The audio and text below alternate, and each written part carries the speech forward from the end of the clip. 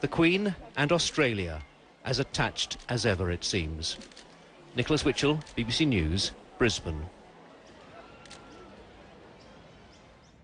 For more on the Queen's visit, I'm joined from Sydney by Professor David Flint from the National Convener of Australians for Constitutional Monarchy. Professor, thank you so much for joining us.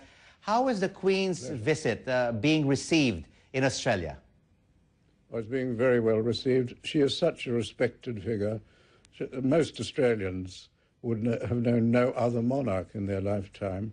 And as I say, she is highly respected. She is above politics, beyond politics. When she appeared in the federal parliament for a reception, both the Prime Minister and the Leader of the Opposition were on their best behaviour. The Prime Minister, although a Republican, emphasised the service which the Queen had rendered to the Commonwealth and to Australia, and how very much that was appreciated. You see, the Crown is our oldest institution. It's integral to our constitutional system.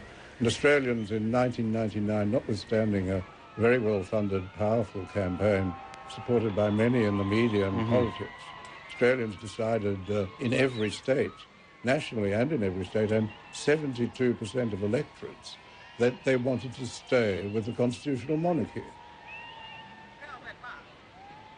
It's been many years, Professor Flint, since the visit of the Queen to Australia.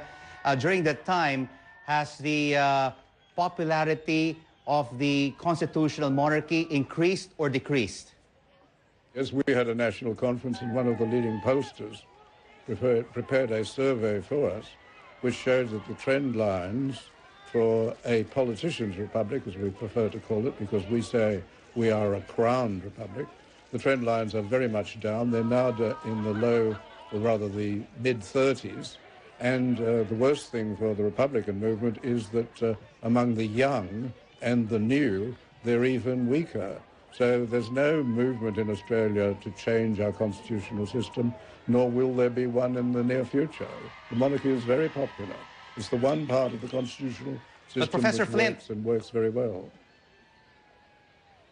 What do you make of Prime Minister Julia Gillard's suggestion that it's not the right time to be looking at whether Australia should become a republic? Well, our politicians do regular, almost continuous polling and focus groups. And what those polls would be telling them, not only is it unpopular not to touch this issue with a barge pole, and it is absolutely ridiculous for the Republicans to think that the end of the reign is some sort of silver bullet, because at the end of the reign, there'll be an enormous retrospective worldwide on what will be known as the Second Elizabethan Age. And then there'll be interest and speculation and fascination about the coronation, the next Prince of Wales, and the children of the Prince of Wales. The monarchy is here. All right. It's an integral part of Australia.